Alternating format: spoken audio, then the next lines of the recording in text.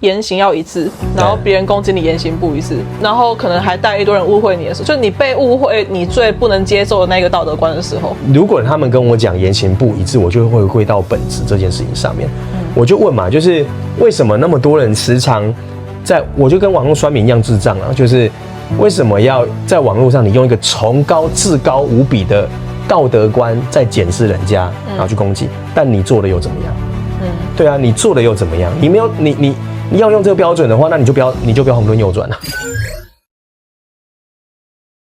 爱人一人用创业浏览世界，欢迎回到爱浏览器，我是石刚，我是欢欢。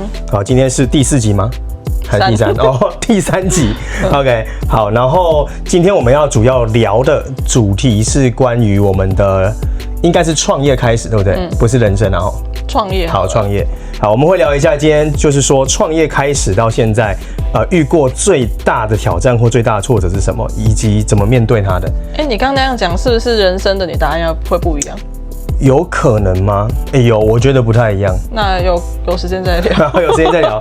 然后第二个就是那最成功吗？还是最骄傲？最有成就感。最有成就感的一件事情。OK 的时刻或 moment 或一件事。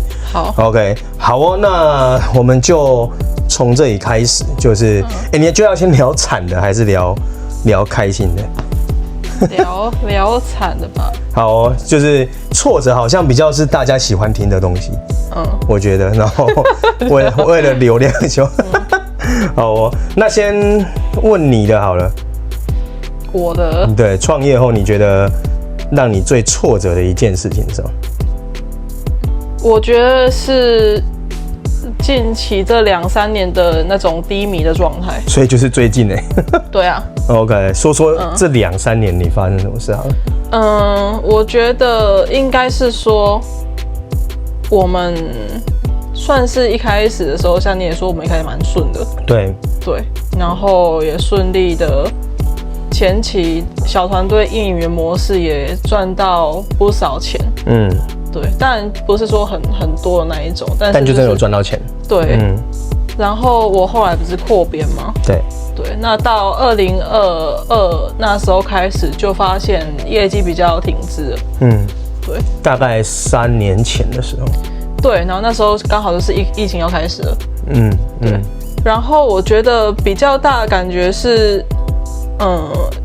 一直以为自己的规划会是上去的，整个往上爬，但是并没有。好像记得你那时候有去定出年度计划，会5年会怎么走吗？对，我印象深刻，完全觉得是一个够不到的边，对，那种挫折感。对。然后到近期，因为我们中间其实也做了不少突破，然后。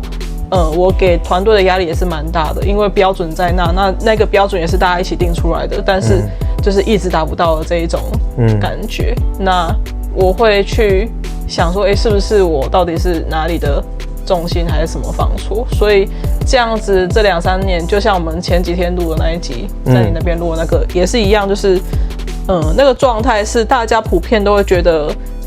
做得很没有成就感，就好像用尽全力了，但是没有发酵的感觉。而且可能也可以提说，就是因为其实不只是没有达标，甚至它是有亏损的状态的。对啊，我前2年其实我没有很避讳去讲这个，就是我身边的比较熟的创业朋友应该都知道，我们前2年亏损蛮多的。对。那到去年就是比较庆幸的是亏损少一点。对，就是。以亏损的速度来说，算是进步蛮多的。那在今年，当然我觉得今年又是另外一个挑战是，其实应该说我近期比较大的问题是现金流。对，我觉得我们虽然上过不少课，尤其是陈教授的课，还有 MZ 老师的财务课，但是我觉得我好像，是真的很近期才好好去检视每一间店的损益状况。对，我真的就是把每一间店。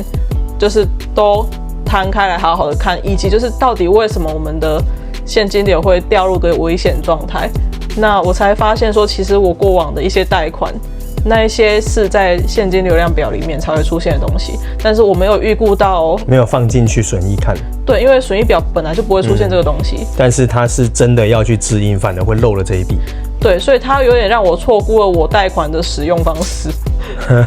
难怪我觉得怎么那么快钱就没有了。对，我去年就是做了一个融资媒合会，是我对所有银行简报，然后让银行自己对我们有兴趣的来让我们贷款这样。那我融到一笔还不错的资金，然后很快就快见底了。所以我那时候，我今年就是到这几个月才有点慌张，想说，怎么会消耗那么快？那才发现原来我漏掉这一笔很大的支出是每个月要出去的。所以我觉得我在这个就是目前最大的挑战就是说，我让我们团队有点陷入现金流的焦虑吧。就是，但我觉得它也是一个动力，就是我每个月必须有一定的要达到的事情。那我觉得，我们公司是一个会赚钱的公司。那如果是因为这件事情回在我手里的话，我会觉得。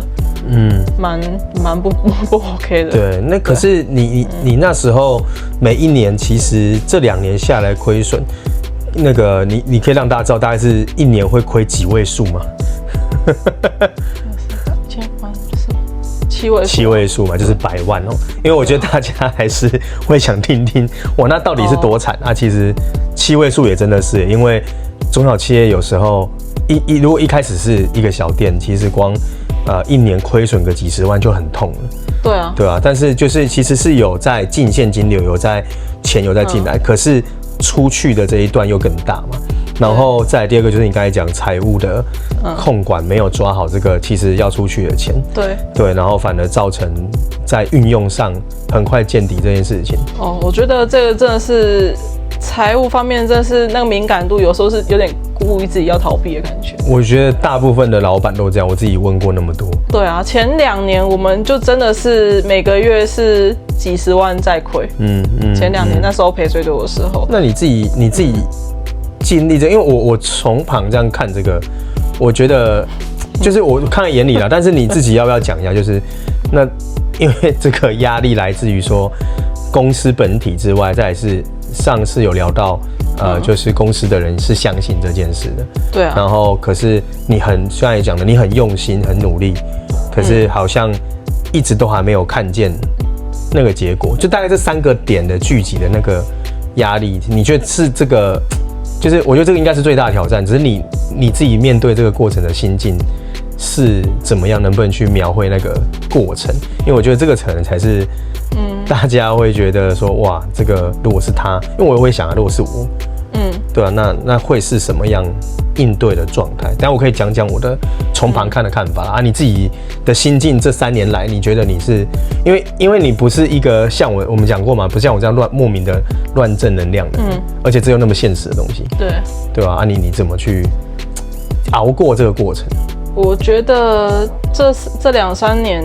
比较支撑我走下去的还是那一个为什么而做，对，因为我以前可能真的觉得，就是使命愿景有那么重要吗？你想我说有时候不然赚钱卖一卖，过好生活，就是赚钱的方式有很多种。那如果那时候每个月都在赔钱的时候，会真的觉得下个月是不是有这样？就那一种有一种永无止境，你看不到尽头，你觉得这个事业好像做不下去的那种感觉，很没有安全感。对，然后我觉得支撑自己做下去，就是到底要不要赌身家，继续就是赚。我去年做一件事，就是把我房子卖掉，然后增资。是因为做这个动作，银行才愿意借款给我们。对。那我觉得最后还是因为这个使命跟愿景。第一个，我想要让我们公司，我曼温这个品牌，它有一个样貌是我觉得。我是一个本来是平凡无奇的人，那如果有一件事情实现，我觉得就是人生就是不虚此行，然后不错的话，我觉得就是把这个品牌推出去。所以这是真的是那时候很多次的自我对话，我觉得不管的，就是我继续做，就是为了这件事情。那个房子卖掉又没什么，所以我那时候是因为这样子，那我也有很理性的判断说。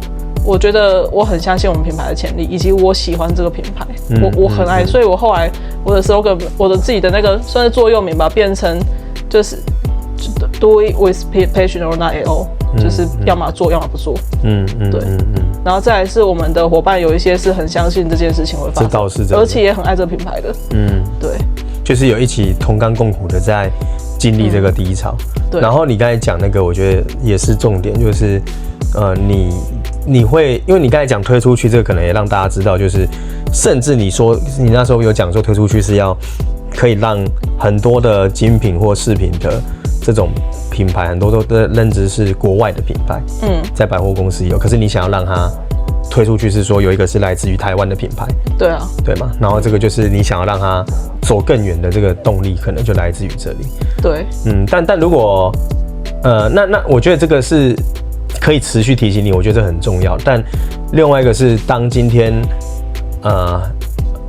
很用力，因为我说看你在低潮的时候，对吧？就是那个过程，你会 murmur 啦。但是我觉得是不是因为我们是就是最亲近的人，所以我们都会可以去看到自己彼此大家我们两个最低潮，或者是最放松或最放得开或放不开的时候。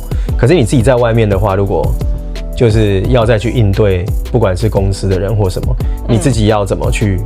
你会怎么调整这个状态吗？还是你会压抑吗？还是你会用什么方式转换你这个心态？因为我觉得我们在家里看到彼此都是已经是最 real 的状态了。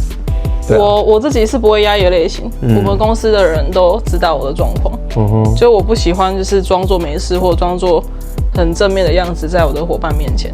我也常跟就是我们就是最比较核心的这些伙伴，比较跟我常工作在一起的伙伴，我也很常不小心就说好想离职哦，就是一种可以这样吗？我还说创业好难哦，怎么办？就是这，因为我就是这样的人，然后我觉得这个我的方式，我觉得就是在所有的书里面或者是所有的前辈里面都是不建议的，就是的确。对，领导者你不能传你不能传递负面的能量，或者你让他觉得，哇天啊，你也在担心那公司怎么办？对，会不会有这种考量？可是我觉得我没有办法勉强自己去做自己做不来的那种人。对啊，所以我觉得我其实这几年的体悟就是做自己能做的事，喜欢做的事，就是我没有办法变成那种创业者，就是一直只传递负面能量，那我就做最真实的创业者。就是我觉得每个人有自己适合的方式，而且每个人的领导方式又不是你，第一个你又不是他，第二个你又没有他的背景跟身份跟资源，无法装了，就无法复制啊。就是你就算像他，第一个我很痛苦，我很不快乐，我还要装很开心，然后第二个我的能力跟我的脑袋也还没有到他的那个状态。所以我后来觉得就是每一个人的创业的方式跟成功的方式一定完全不一样。那我的方式就是我就是我会很真实的让我伙伴知道我的状况。那我真的很负面的时候，不想社交的时候，我基本上就不会进公司。对。那我也会让我的伙伴知道说，我今天状况不太好，我现在在家工作就好，这样子。就是你有去设定一个你自己的状态的评比，然后你会去安排怎么去避开这个最糟的状态。对，因为我刚好我会问这个问题，是因为我今天在那个 Threads 上面看到，我们都认识一个好朋友，也是创业者，我就不讲谁。可是如果他听到，可能之后我来讲他。他说当老板就是你不能像以前工作的时候，然后去跟一群同事伙伴一起拼，然后下班的时候觉得压力很大，又可以一起抱怨这个世界不公平，抱怨公司，抱怨什么，然后一起有这种感觉。但如果你已经变成老板，你就只能要盯住，你不能去跟他说这些东西了。然后第二个是他说，第二个就是你今天是老板，你不能太强势，但是你也不能太温暖。就是你要找到那个平衡哦，否则怎么样？他就是做了一个他当了老板的一个抒发啦。对，那我当然觉得你当然一定也可以理解他说的，对吧？只是说你的方式就真的蛮特别，就是你会去揭露或示弱。我自己，因为我自己在看，我自己也偏这样好吗？因为可是我觉得我不太能这样讲，是因为我不是装的，我本来就不会这样。对，可是会这样子，是不是真的就一定要盯着？我又觉得好像也不能盯到，就是不像自己本来的样子。其实我真的是有认真思考过，我这样好吗？对，因为我刚才在听，我也觉得，可是因为我不是这样的人，我又好难揣摩。但你应该可以理解我就是这样的人。你是啊，我不喜欢装一个样子，没事的样子。我确实就在低潮，而且我在想办法。但如果他们也因为这样慌了，会不会也是一种代价？我觉得这也是一种就是双面刃啊，就是我希望他们知道我本来就不是全能。对啊，我本来就不是全能，但是确实有伙伴曾经表态过，他觉得就是一直接受负面的不太好。的确，对，是曾经有。这个对，这个也的确真要留意。但我觉得就是我创了事业，就是我适合的人来跟我一起工作。我没有觉得我一定得改掉那样的性格，因为说真的，我憋住的话，我会更不开心。我没有办法忍受自己一直憋住那种惊的状态，因为我觉得我能走到现在，是因为我一直没有太压抑自己的情绪。所以很多人很多朋友会觉得，我好像一直压力很大或干嘛，那是因为我讲出来。对啊，我不会，我从来不会想盯着，因为我觉得靠盯着很累。可是会不会另外一个角度，这是一种淬炼的过程？所以那种故事里面很成功的都是盯着的人，会不会有这样的平行时空？或许吧。可是我觉得我如果盯着的话，应该有忧郁症。真的吗？对啊，我喜欢会抒发的自己。对。但会不会其实会需要抒发的管道？可能要挑一下，我不知道啦。我不会一直跟伙伴讲但而且你知道我其实近2-3年，我在走过那个低潮的时候，就是前2年的那时候，去年已经还好了，我去年状态算不错了。对，前年是最差，就是刚好来贼爷过世的那一年，那是我状态最差的那一年。那我觉得我这2年传递不少正能量给伙伴，因为我开心的时候也是会。你后来好像有去跟他们1对1干嘛，也会有开会，也会去鼓舞到他们。对啊，我觉得这个事业我会继续做，是因为我相信它真的会变成那样子，所以我会。这点蛮重要的啊。对啊，就是我如果真的觉得不行了，我会跟他们说，我觉得差不多了，那止损点在哪？那至少大家的之前费什么要够，这样就好了。你有因为什么样的其他人的故事或比较去激励吗？又不是说比来比去，如果你有啊，应该有，对不对？第一个我觉得最重要的还是我想不想做。我想做这件事情大过任何东西。因为我想做，所以这些苦我甘愿，就是我知道它是一个过程，就算哪怕最后没有赚钱，那这个公司就收了，我觉得那至少是我做过我想做的事，所以最后还是没有管其他任何人的声音，觉得我这样的领导者不适合什么，那些都不重要，重点是我想不想做。这一点我觉得是很重要的，就是因为我有遇过有的人他是很容易就是挫折的时候一直问很多人没有筛选到处问，然后听的意见都有点不太一样，把自己搞得更乱，然后又发现怎么都不知道怎么做，然后就越来越焦虑，反而就忽略自己内心到底想做什么。所以你刚才讲最想做的，我觉得这一点是很重要的。他已经大过赚钱了，因为说真的，在每个月赔钱的时候，你还要继续做，基本上你必须真的很喜欢。对啊，所以在这一点之下，我觉得第一个是我想做。然后我相信我就这辈子我花一辈子，我不是跟你讲过，就是我不急着成功，因为我这一辈子都要把它做好的话，我可以慢慢成功。对，我讲过类似的概念嘛。对，那就是在那时候体悟出来，就是我如果这个事业我要做一辈子的话，那我们就是每一步把它做好，不要死。就好了。那健康就很重要。对，那健康就很重要，你就活得比别人长一点。对，然后再来让自己不要，我觉得这个是基底这个是基底，让我有一个基本的状况，不会崩溃、忧郁症或干嘛的。因为我再怎么苦，我觉得我基底那一个还是正面的。这我倒是认同，因为也听过那种做到很崩溃的，是真的会心理生病，然后甚至就是甚至会有一些已经伤害自我的状态，就我们自己都有遇过这样子的人嘛，所以我蛮确认，就是的确，因为你低落到后面，但你可能有时候都是1-2天完，隔一天前你就我今天好了，对，那我就觉得那应该就还行，对，然后那个其他的前辈的故事啊，是会让我当下觉得，其实没那么苦。就人家说你今天欠1000万，跟一个1亿欠1亿，对，你突然就觉得他是这样过来的。对，但是如果说你不想做的话，你根本不用吃这个苦，你还是会想要收掉。对啊，你就不用吃这个苦，赶快收一收。我干嘛把我房子卖掉下去弄这些有的没的？就不用啊，就是我赶快去做做下一个工作。就是或者说创下一个业都好，就是不要在这里好。就代表着其实就是重视的啦。对啊，我就想做，所以其他的不赚钱就算了，就是不要死掉就好了。我还可以，我还有余裕可以让这个品牌活多久，我试试看这样。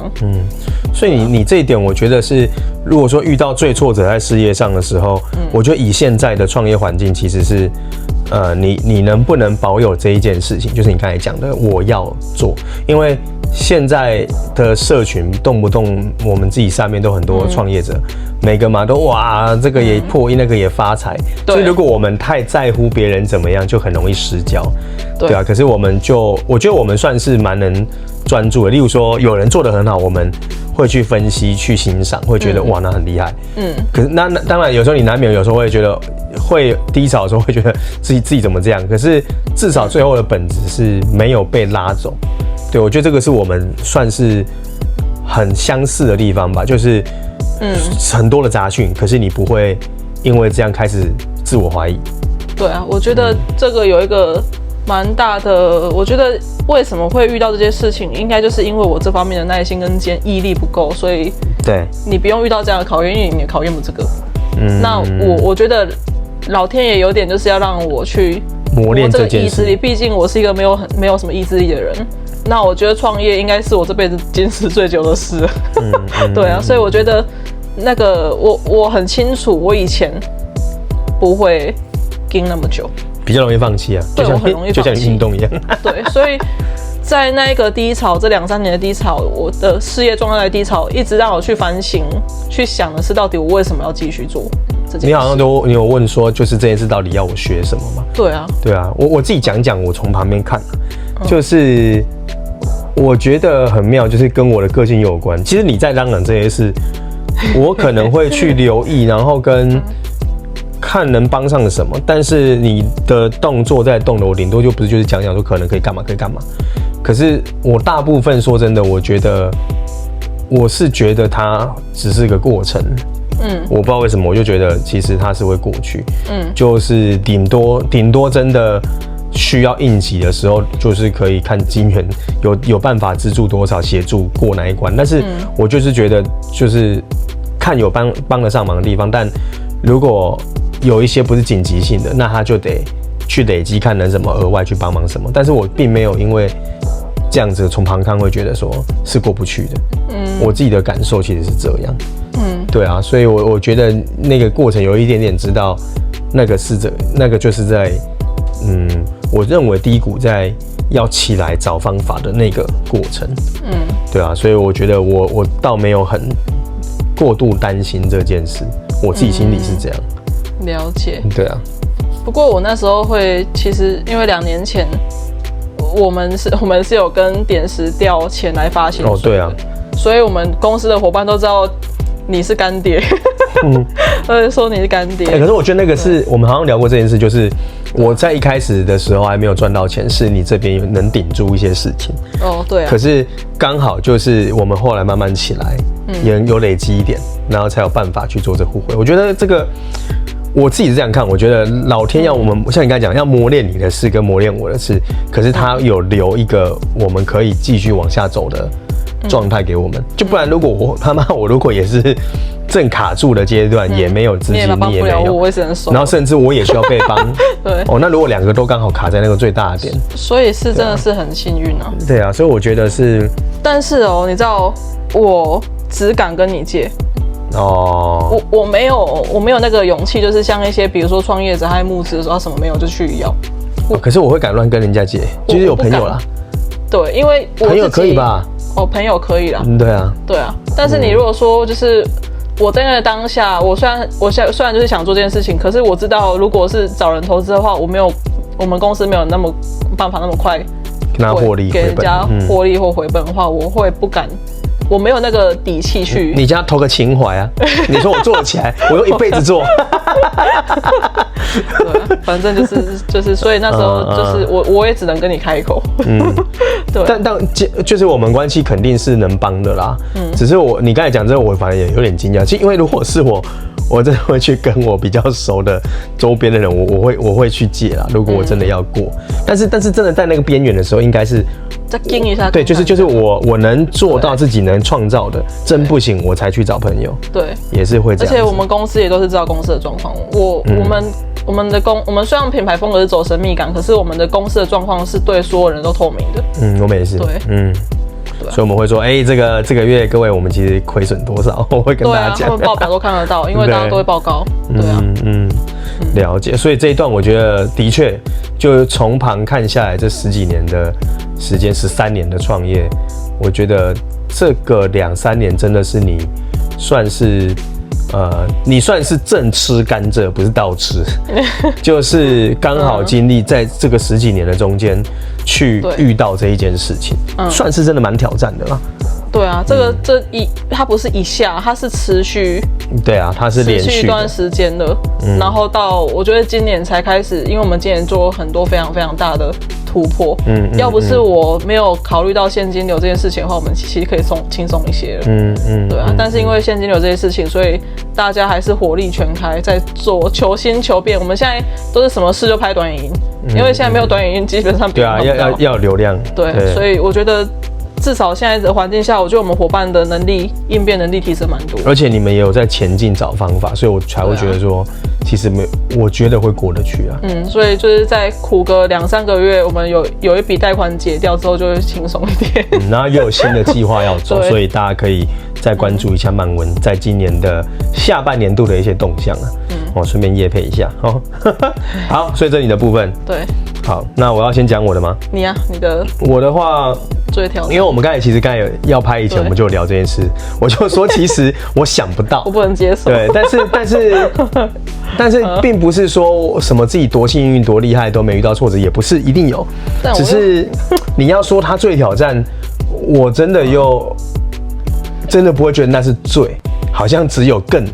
但不会有罪，因为我已经有点习惯，就是应该是说我的认知的底层逻辑已经是这样运作，就是我如果说今天我有这个目标要做，对我要去达到这个目标，我清楚知道我一定会历经很多的挑战，我就是心里就已经很清楚，一定会有我要很用力或很紧急火在烧的事情，因为我觉得我的创业一开始是相对比较坎坷的，对，所以我已经有点习惯没有钱的状态了，就是很穷啊，以前就是没有钱啊，然后就是要想办法，然后那时候都还没有什么，还要去就是盯住去能够做到一些案子，从就1对1小班制慢慢的做，对啊，所以我觉得这个是前段我已经就有经历过那种很不确定性的，有没有案子不知道，能不能活下去就会告诉自己。然后我觉得这跟我去澳洲有关系，是那时候也找不到工作，没有钱回来，然后我也是一直的觉得没事一定可以。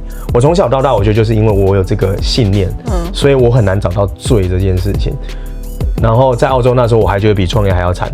因为那时候懂得更少，又回不来。然后当时还有一个伙伴手还那个就是受伤，然后可能发炎，我很怕他是蜂窝性组织炎，然后在国外又很不可能很贵啊，所以我那时候就一直在想，靠如果我这么惨要怎么办？又还没找到工作，然后下个礼拜的房租周缴的就要缴，又没有钱，要等那个工作给我说有，我才能跟房东说慢1个礼拜。就是那时候在经历就是像是生存的底线的过程。所以你的最挑战的事情是在创业前？对，是在创业前。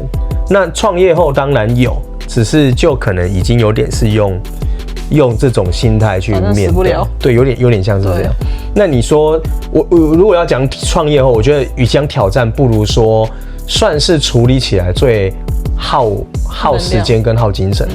其实就是去年的事情，对啊，就是去年我们的这个劳资的一些问题。我要先讲一下就是他本来没有想要，他觉得那里还好。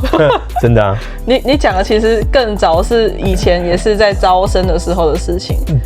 对，然后我真的觉得去年那个可能蛮多老板会应该蛮炸的。所以我觉得你要讲这个，对啊，不然石刚他觉得这个也还好，因为也过去了啦。然后，但是我觉得应对也没有太难，是因为自始至终都是忠于内心的，对吧？也都是没有恶意的，对，所以我觉得劳资问题可能也是很多老板会遇到的事。那简单来讲，就是这事件有点长，反正我说一下，就是那个同事是在事件发生是在去年6月，那他那时候已经离职大概2年半快3年的时间，突然回来。那先讲一下前提，是因为他其实在他来我们这边工作的时候是2020年那时候了，对，然后他来这边也做了1年半而已，对啊，然后总之就是本来跟我们的关系友好都非常好，对，然后在工作的历程过程当中也都是还蛮正常的，甚至到离开了都还会回来，我们还去露营，对，有活动还会找他回来，甚至前1年的12月他还回来还聊天干嘛的？对啊，那因为那个时候刚好大人学的那 Brian 来开课，然后他很喜欢大人学，我们还邀他回来上，对，他还来办公室跟我们吃饭嘻嘻哈哈，对，然后过了半年突然间他一开始是跟我说那个就是怎么劳保旧保的那些问题等等。那时候我们其实是5人以下公司，所以其实我们是保旧保，没有成立劳保单位，这也是合理的，就是都合法合规啦。但反正细节说来话长，总之就是我们在一些操作上的疏失吧，应该是说，就是可能有一些会议要开要签名没有的流理的，最后变成这个点是他拿来可以放大做文章的地方。但那时候我也是觉得说，好啦，那就是我们的疏失在这一点，至少其他该保的我都有保，只是没有做这件事情变成之前的加班费。因为变形，我不知道这比较复杂，但简单讲，如果是一例一休，你要能够做6就要休。可是如果变形工时的话，它是4周160小时休息，但它没有规定就是不能做到7天这件事。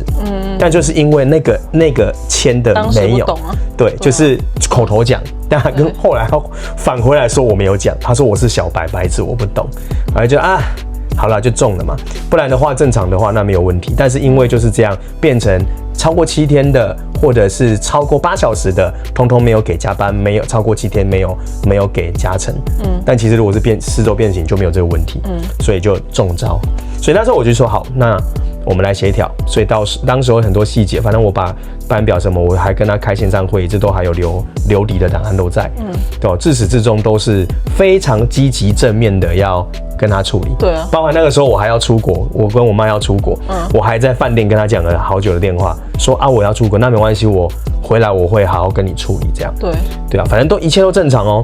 那后来的话算出来之后，他说他把这些班表算完，他有一个数字，然后我就去找了劳资顾问，我就跟劳资顾问说，你就帮我正常算，该多少就赔多少，然后就是我没弄到，就这样。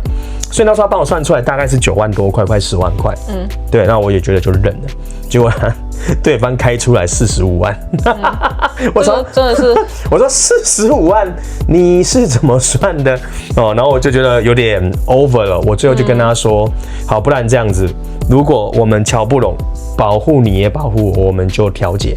我说你看要我去申请还是你去申请？他就跟我说好，他去申请调解。本来就这样嘛，去调解。结果隔天礼拜一，他就在网络上开始发了一大堆攻击我的东西，然后说我职场霸凌，说我 PUA，等等，说我这些东西。然后他还拉了前面的几个离开的同事一起来搞这件事情。对，那前几个同事的事情我就有点不太想再细讲了，但简单来讲，他们都是后来对公司有一些怨怼吧。对啊，那我其实也好好反省过这件事情，但是说真的，我觉得公司建制的过程，在面试的过程都好，其实都有在前面都已经讲清楚现在公司的状态等等之外，包含我们在运行的过程，我们公司其实是1点上班6点下班，是优于劳基法，对啊，然后礼拜3远距离工作，对啊，然后那个时候有一些同事是单亲妈妈，所以他去载小孩。就中午在，下午在，还可以带回来公司上班。然后我也没有扣过他们去载小孩的时间，一次都没有扣。家里水管装修，然后说要在家里监工，可不可以申请远端？正常这应该是事假吧？对啊，我也是说好你就远端，我也没有去扣过他们的任何假。然后员工旅游那时候你有去吗？我们去泰国，小孩跟他们自己的机票加住宿全包，对啊，也没有让他们付到钱。所以说真的，我觉得，然后再来他讲职场霸凌这些，其实我们都有所有的对话证据跟现在的同事跟工作过的，其实都能够去作证，我们根本都是一个极度正面去引导跟成长的环境。他自己其实那个主事者啦，那个主事者他还有超级多社群文章被我们接下来的啊，对，就是都讲来在这边成长多开心多棒，只是180度大反转啊，所以他有他的目的，我就不特别揣测了。Anyway， 他有他的目的，所以这些东西其实知道的人后来都觉得还蛮扯的，对啊。那当时候我们其实刚好就是一直在面临这些事情，那后来。就是有一些东西没弄好，他就劳检嘛，劳检就来。我们那时候去员工旅游，对啊，就先发了一个声明。那劳检回来之后就面对啊，其实你知道那个时候其实原本可以有一些做法，可以让我就是避掉第一次被罚这件事情。好，但我觉得有人会乱学，我就不说。但 anyway， 原本有一个方式我是可以拒绝的，那但是它会有一个罚款，但是相对比较便宜。但我那时候跟劳资顾问说，对我跟劳资顾问说，我们在做这个产业别。法律这件事要保障同事的，我基本上都做了，只是我自己没有保护好我自己，所以没做好，那你要去面对的，那你就要去面对，对啊。然后那个劳资顾问其实原本还说，他觉得很瞎，他说你确定吗？你确定要赔这一笔？对啊，我说没有，因为这个是我觉得如果我在教这个东西，我还去闪避用偏法。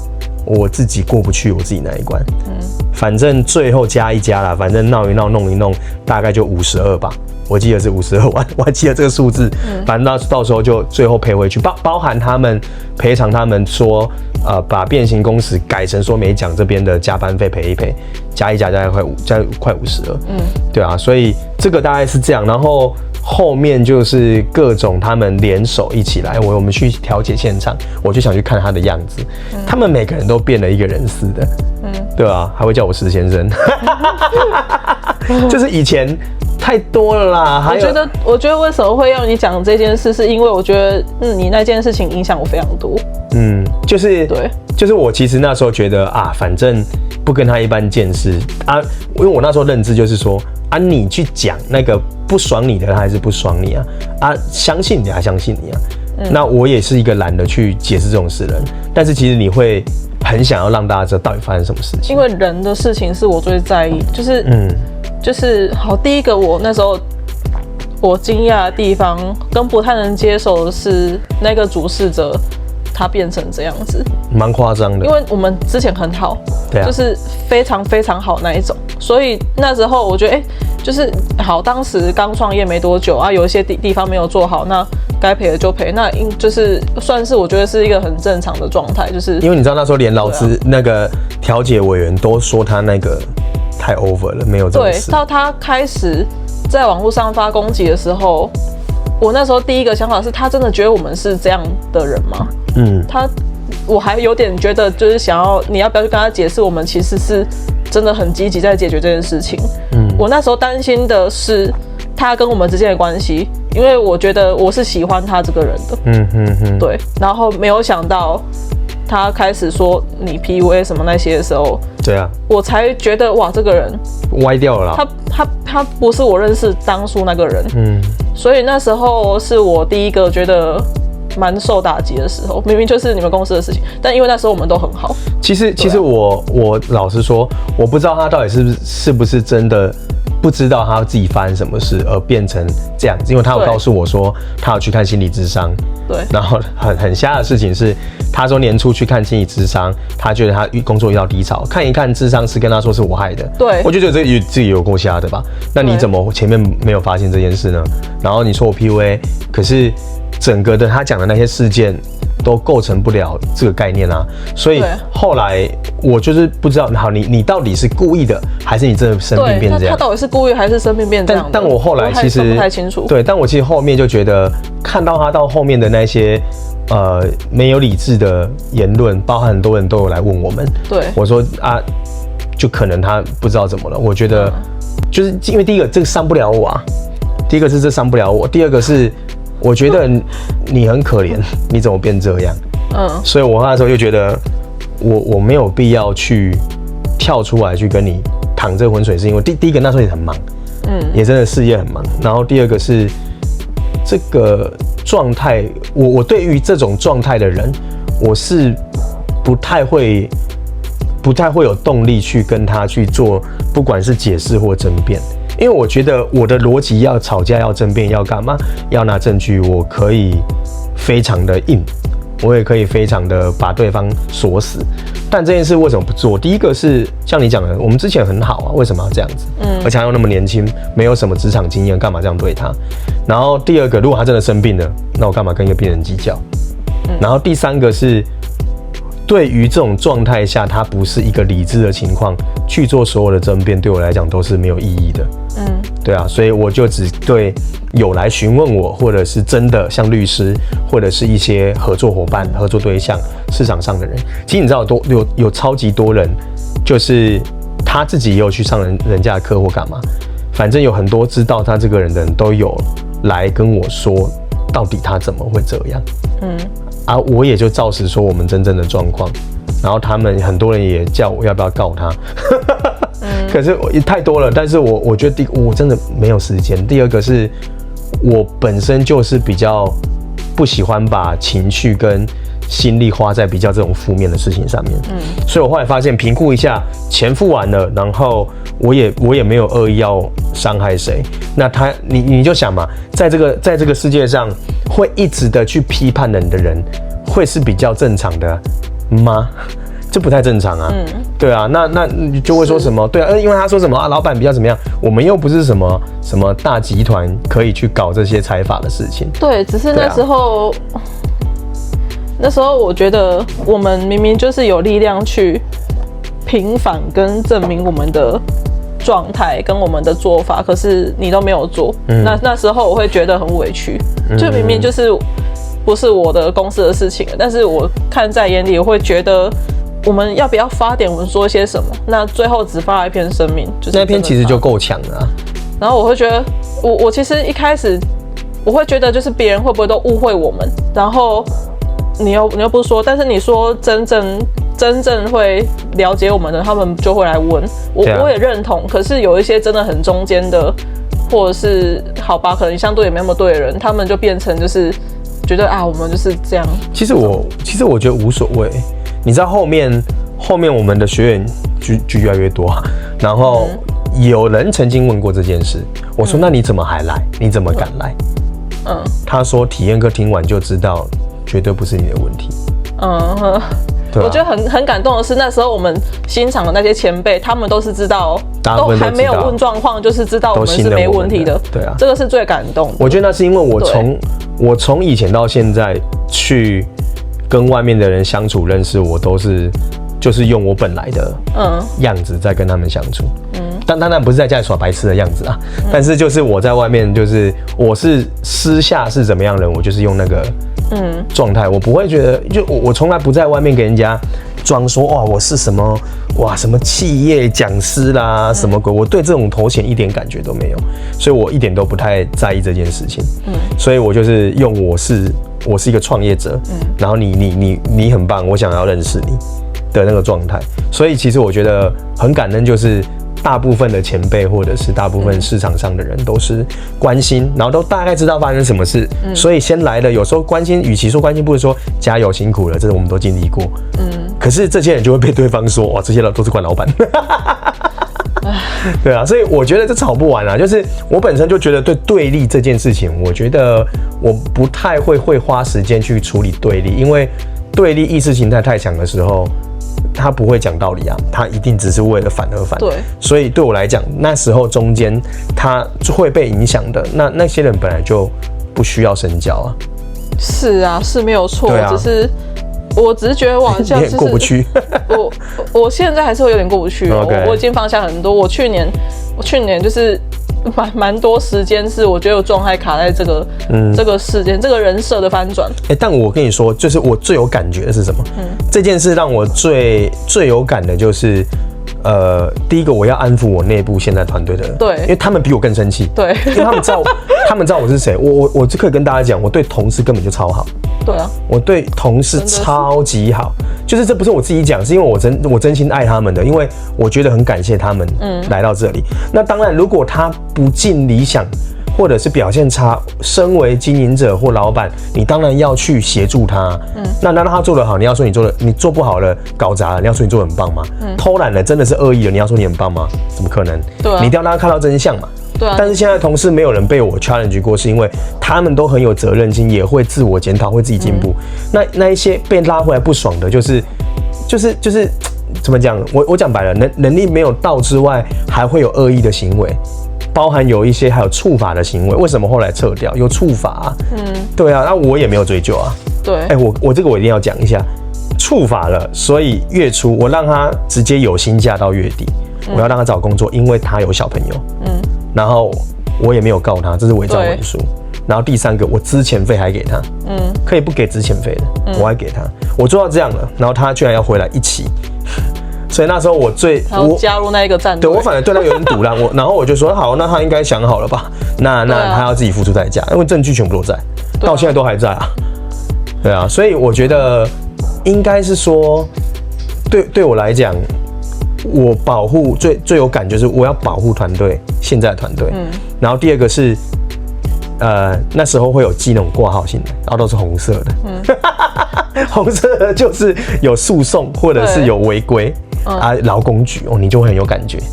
然后我每次对那我后来最近看劳工局都有一种听老师嘞，就是因为你不是那样子，但是他就是钻漏洞可以检举你，那你就中了。然后我就会有一种赌烂的感觉，但后来就慢慢的觉得你就一件一件拆解，所以到后面就越来越正面，就觉得后来很多后来也没有也 OK， 就是有说明清楚我们自己怎样，就是反正就跨过去了。但是那时候压力最大就是要怎么让团队要继续前进的时候，也不要被这件事绊倒。对，这个，因为其实说真的，不是每个人像你心智是这样子。蛮多人过不去。对，会生气或者是会失望、紧张或什么。那我觉得就是这件事最大的好处是让你们的公司制度完全就是大升级，而且还有一本完整的，就是现在超强，现在甚至有一些应该是那个其实不太会被查的这种公司整理得很好，对，但是有同事们把所有该有的通通都建档好了。对，但是我觉得就是那个最难的是对那一群人的失望，以及对人性吧，对那一些本来我们觉得很 OK 的人，那时候站在反派，明明跟你也没什么过节，明明是本来都还是正常关系，这个就最瞎了。这个我也有被影响，就是我那时候有一个美容师帮我在做脸，连他都怀疑。我每次去做脸，有时候会跟他聊一些他的工作上的事情，我都是真的是很真心的在分享，可是他居然在那时候选择站在另外一方。而且我跟你说，那个时候他曾经事业低潮，我也去咨询过、协助过他。对啊，就是这个就是这样，我觉得那就一定这样。还有几个也是这样啦，就是本来也是会来询问问题，也真的花了超多心力去帮助过的人，后来也是选择站在对面，而且没有问，什么都没问。然后我跟你讲，如果你现在在看你真的要搞清楚，你就来问。我真的从头到尾就是你来问，我就讲真相，我还可以拿证据给你看。但是我跟你讲，后来为什么我们不要公开这样的去做？第一个，对立感没有意义。第二个事情是，他只会相信他相信的，不然他早来问了。他就是，你那天有发一个文章就是嘛，有些人就是会看别人不顺眼。可能我的这个公众角色在上面一副，有的人会觉得是不是很威风？我站在上面是在帮助这个世界，好不好？我是在要帮助人，我的出发点就是帮助。但有些人就觉得没有，你就是要来割韭菜。对啊，妈的，割韭菜不会做这个啊，割韭菜要做别的产业啊，这个产业不会赚很多钱啊。对啊，但他们不懂啊，他们就觉得说创业需要教练那个什么就很白痴，都人家拿给我看的啊。你知道教练这个词其实是很中性的。对啊，我们在学教练的时候是处于就是教练是镜子是平等的，但是不知道为什么。我们那时候7、8年前学教练的时候，并没有像现在教练那么泛滥，就是其实现在人会有那个嫉妒心态，是因为现在的那个从以前台湾的这种权威性的概念，好像讲者就比较屌，不会有错。可是我从头到尾都，我每一次你只要问我们学员，我每次都在台上，只要在商业课、创业课，我都会讲，我说我在讲的这都是底层逻辑，但是我讲的东西你也不要全信，因为创业没有标准答案。说你觉得我是错的，我们可以马上来讨论。我就一直在讲我不是对的，所以品牌有那个12原型嘛。然后大家都以为我们是智者，我说没有，从头到尾都不是智者，不是啊，我的智者是真理，我说我不是，我说我们比较像创作者，我们在开创，在做新的模式。我说，但我没有什么叫做我们是对的，可是因为台湾人就是亚洲对老师有一种崇拜感，所以老师犯错，现在大家会嗨，你知道吗？人设翻车，老板翻车，什么什么翻车，大家都超嗨。你知道，我觉得这个就是我们当初在创立点拾的时候，我也是有参与嘛。对啊。为什么叫点拾教练培训？就是因为我们没有觉得做这个事业要是老师。对，老师跟教练是不一样，所以那时候你从那时候到现在都是石刚教练，对，是教练这个角色，并不是老师。而且我都会去解释，不要叫我讲师，不要叫我什么大师、教父什么，我都不要叫那些。我觉得教练他是一个这个角色，他的本质是什么？就是他是一个中性的，可以去反映真相的人。所以这也是我跟你讲，你能够有多少人讨厌你，就代表也有多少人喜欢你。对，所以我本来就没有讨好所有人，所以我也是我相信是认识我的人就知道，我应该也会是认识我的人身边少数会敢讲真话的人。对啊，我讲了我不怕得罪，因为我没有攻击你啊。对，但是有的人就是经不起听真话嘛。那我们后来就慢慢的不说嘛。对啊，但是我觉得那个事件下也引导出谁是真的本来就是比较认同这个价值观的人。那我不觉得另外一个站在对面立场价值观的人是错的，只是他对我来说是跟我价值观不符合的，因为那个会有一些充满恶意的。那我觉得充满恶意要去完成自己的一些事情，跟我就很不一样。我不以这件事为然了，所以我就选择我不要再去回应这些事情。对啊，了解。所以你说最挑战，我觉得应该是说花的，我真的在这几年来创业这7年来，应该算是一个最花时间的一次的事件，然后跟新兴的事件。那你不会对于比如说你一直说你一直坚持 A， 但是别人误会你就是没有做 A 的时候，这种不舒服感吗？什么意思？比如说你就是说言行要一致，然后别人攻击你言行不一致，我会跟他说，然后可能还带一堆人误会你的时候，就你被误会，你最不能接受的那个道德观的时候，那种感觉就是我其实一开始以这件事情我都一直讲很明白，我对外都是有讲过的人应该可以作证，就是我从头到尾告诉他，我们在所有被讲说没有什么劳基法什么乱传嘛，都是有的，对啊，这个我完全是站得住脚的，5人以内嘛，那他超过那个东西，那个真的是啊。这个真的是，好，我讲好了，还是得讲。我们有一个时间点，公司有超过5人，然后你知道那个有多瞎吗？因为是某一个也来闹的，他其实是那个算是承揽制的，然后一直以来都1个月给他多少钱，只是我们公司有多的座位让他做，他也要回来闹，你知道吗？你知道为什么？那个时候会变成5个人，是因为他有一次告诉我说，他爸爸因为退休什么，能不能让他们保在公司？我那时候真的是出于好意，我忘记我们公司要5个人这件事，就他保进来5个，然后2个月转出去了，就那2个月还4个月，就是5个人没有劳保单位。然后我们打去问劳保局，他们其实会自动升级，可是他那时候要自动升级的人，好像忘记通知我们，就是各种，所以其实这根本就是你要说客观，就是不把这些考虑进去的事件的话，他的确有2个月还是4个月超过，因为后来他就有把他爸爸转出去，他跟他转出去又回到4个人了，劳保局会看到4个人，算了就不用申请，可是就多了这2个到4个月的事情，我忘了，就变成我们这一段在法规上是有问题的，就是这件事情，这个都好，我还调出了所有的东西看，说看居然有这种事，然后我就突然想起来，对，那时候他这样的，你看这个也是当时的好意而造成，但是我想讲的事情就是，如果他们跟我讲言行不一致，我就会回归到本质这件事情上面。我就问嘛，就是为什么那么多人时常我就跟网络酸民一样智障啊，就是为什么要在网络上你用一个崇高至高无比的道德观在检视人家，然后去攻击，但你做的又怎么样？对啊，你做的又怎么样？你没有你要用这个标准的话，那你就不要红灯右转啊。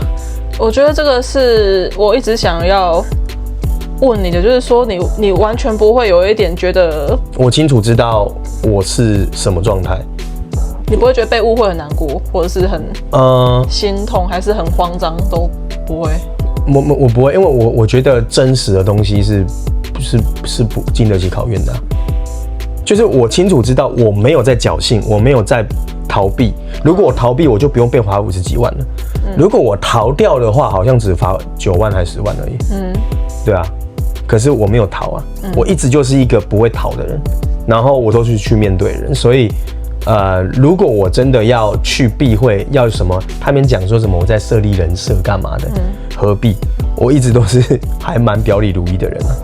所以我觉得被误会这件事情，就是他不理解我啊，那你干嘛花那么多你的人生时间来不理解我，来讲你的事，就代表什么？你需要这个抒发，你才能满足你的快感。而且他最后不是去开课什么的。对啊，那我觉得 OK 啊，开始怀疑他的动机。对啊，其实就是为了开课。但我觉得那也无所谓啦，因为我讲白了，你就想一件事，有哪些人以后敢用这个人？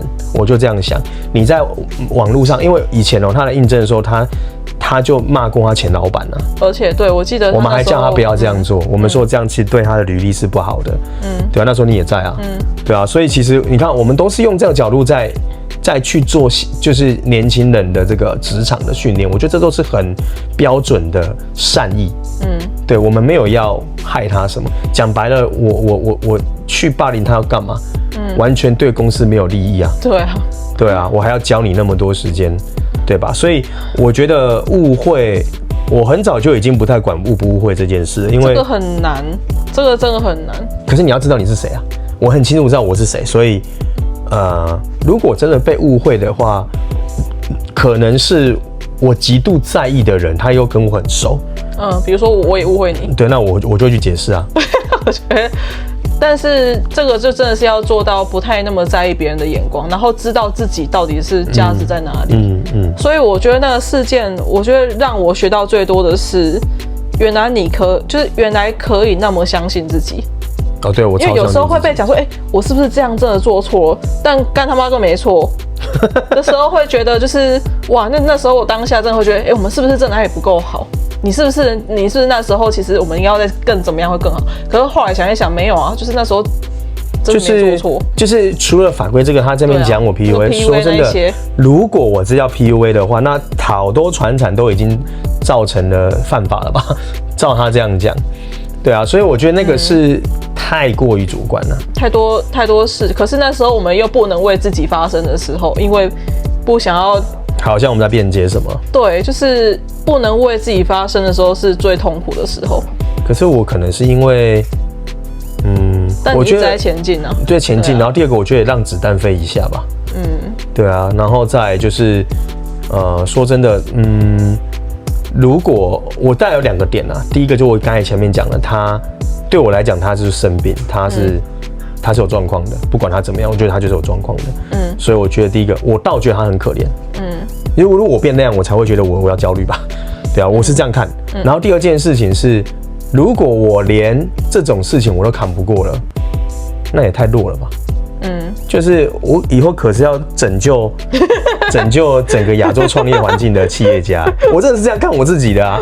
就是我第一个我想要功成名就是真的，因为我觉得有影响力的人才可以去改变这个世界。我这个源自于。你应该知道，我2014年我不是去太阳花学运，然后我也有去过同志大游行，然后这些都有去过，就社会运动。然后以前我们玩乐团，我也相对比较是这种政治立场跟护台湾立场很重的人，所以我会看不惯很多的社会事件。可是就是那个时候到毕业到太阳花，我发现我再怎么会讲，我再怎么样，我改变不了这个社会，没有人理我。所以我后来就发现，强的人要有实力的人。才有办法影响某个事情，所以我后来这个事件就让我告诉我说，如果我随便乱讲，如果今天他妈黄仁勋遇到这个事情，他会被打败吗？不可能啊。对。然后我就觉得说，妈的，就这样啊。所以对我来讲真正在我的这个认知里面或领导人里面，我觉得是要往前进，而且你得去正面的面对这件事完，然后体会到内心自己怎么认定这件事以后，然后你觉得对你看懂了，然后你也理解了，然后你的状态也 OK， 那你已经没什么可以学了，你就要前进了。对啊，因为我也是务实面的东西，其实都大概建立起来了，基本上没什么问题，对啊，而且我们其实在后来早就已经导系统了，对啊，所以全部东西都合乎法规啊，所以我觉得其实反而是心境上的升华，对啊，所以我就不太在意要不要去解释这件事。对啊，有趣吧？觉得很难。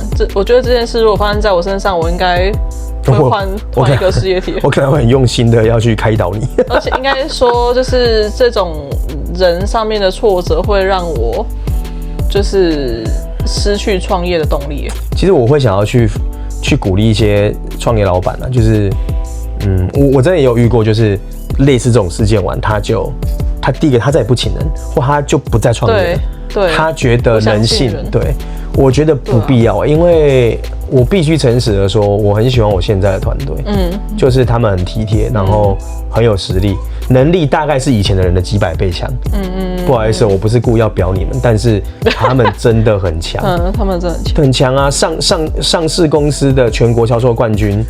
对吧？然后那个10几年上市公司也有在外境工作过的猎头的主管人资，这都很强啊。然后我又觉得哇，那何德何能你们愿意来，而且是很有职场素养的。所以我觉得这一点是真的蛮不容易的。所以如果说要经历这件事才能遇到他们，我觉得我赚到，我真的觉得我赚到，就是哇。挥别错了才能跟对的相逢。用长线来看，很多现在觉得不好的事情都未必是坏事。对啊，而且包含现在小千岛的同事，虽然刚开始，但是大部分我觉得责任心、状态，我觉得都很棒。因为这个行业更容易是不容易找到，就流动性会更高。但是我一开始就有先找到，我觉得相对在责任感上面跟状态也是很棒的同事，所以。我倒觉得那个事件反而让我更加珍惜，对的人吧，对啊，我觉得这样看你就会觉得不要对人性失望，我就想要跟这些人讲，这件事蛮励志的，因为那时候那个当下，去年那当下，我觉得玩的点石是不是毁了？有这么夸张哦？我觉得。因为你算是公司的 IP 啊，可是你知道一件事吗？我们也没那么红。对啊，是没错。我们也没有红到人家会。对啊，可是就会觉得哇，会不会就是这样就毁了？然后被说什么人设崩坏什么，然后我那时候就是会觉得有一种失去的感觉。其实我那个时候是这样，假设更有影响力，我认为不会被影响的舆论的那些更大咖的人都有这个。疑虑的时候，我可能就会来公开所有东西。对，你说假设我们喜欢的那些老师也都对啊误解了，我就会把所有东西都公开。对啊，但他们并没有，他们并没有，他们因为以前认识我到现在就一样啊，我又没有，而且从以前任何的合作，我都不是利益驱动的人啊。对啊，我都是这个事情有没有意义跟价值，我才想做啊。对啊，所以我觉得这个一直以来都是这样啊。对啊，所以这件事我倒觉得。不容易，我觉得这比我赔钱还难。但我觉得这件事真的是养分还是我太正面？我真的觉得这是让我现在觉得，我的生活跟遇到的人我都觉得很棒。我觉得这件事情也是你做这个行业很需要有的一个经验吧。对，因为如果做这个行业是为了赚钱的话，根本不会想要走的一些经历这些事情。做教育培训也很难赚钱。对啊，真的。对啊。所以赞，好像这样光是这样聊就很久了，对，差不多也一集了啊，不然我们成功了，下次再讲也可以。有成就感的事下次再说。对，有成就感下次再说，因为这应该讲一讲也快1小时。天哪！对，但因为这个事件，我觉得我们也都没有机会聊啦。对啊，那刚好也趁这一次，也过1年了1年啦，就刚好去年6月发生。对啊，好，当下都不能说些什么，现在才能讲，而且还是在这个新的频道，而且也都过了，也觉得云淡风轻，因为我觉得现在的自己又更进步了。对，的确，其实每天都很忙，然后也遇到了更多更棒的人。对啊，不会一直去看那一些负面的事情。而且讲真的，这一件事情一直以来，我都偏向是在处理它的实物面的东西，但是心灵层面的东西真的没什么太大的影响。对啊，你应该也看在眼里吧？你就是都是你在安慰我们的。对啊，我想说，干你赶快来！我那时候还在宜兰玩，有没有？大家还在那边说不要再想了。不是生气就是低潮，然后你就安慰大家。对啊，因为同事们都会生气啊，觉得这个人怎么可以乱讲话？但我自己的大体悟也是因为这个世界就是这样嘛，就是你光看政治就知道嘛，对的可以被讲成错的，错的可以被讲成对的。这世界的就是那样事实啊。对啊，你只要清楚知道你的内在跟你做的事情是什么，你就不会做这些情绪。我一直就不会做这些情绪。对啊，这外在事件就变成是中心的。对啊，这个真的是我觉得你是一个很棒的示范啊。对啊，太好了。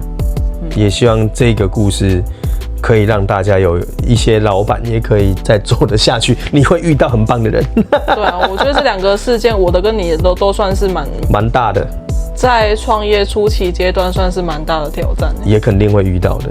对啊，钱的问题跟人的问题。对啊。好哦，那应该今天也只能到这边，对，算是有个抒发。好，那一样不免俗。如果你觉得今天这个有带给你什么触动的话，也欢迎可以在我们的 YouTube 底下留言，还是你可以在 Apple Podcast 的留言处也可以跟我们分享你听完的一些感触，或有什么问题要发问，都可以留着。然后也一样帮我把这一集按下，不是这一集啦，把这一集先分享给你觉得可能会激励到他的人，我觉得也还不错。那最后就是对节目的话，你觉得想要可以我们录更多什么样的议题？除了留言之外呢，给我们按赞、订阅、加分享，好，因为这是给我们最大持续下去的动力。对，因为我觉得一开始嘛，频道没人看，我们也觉得很正常。可是如果没有机会呢，有好的议题可以传递给更多人，我们就有更多的动力。所以你的一个动手指头的机会，就可以让我们拍出更棒的内容。好，那相信今天画质应该会更好一点。好，那如果是 Apple Podcast 的话，或者是 Spotify 上面都帮我按一下追踪，就不会错过最新的集数。那我们IE浏览器，我们就下回再见喽，拜拜，拜拜。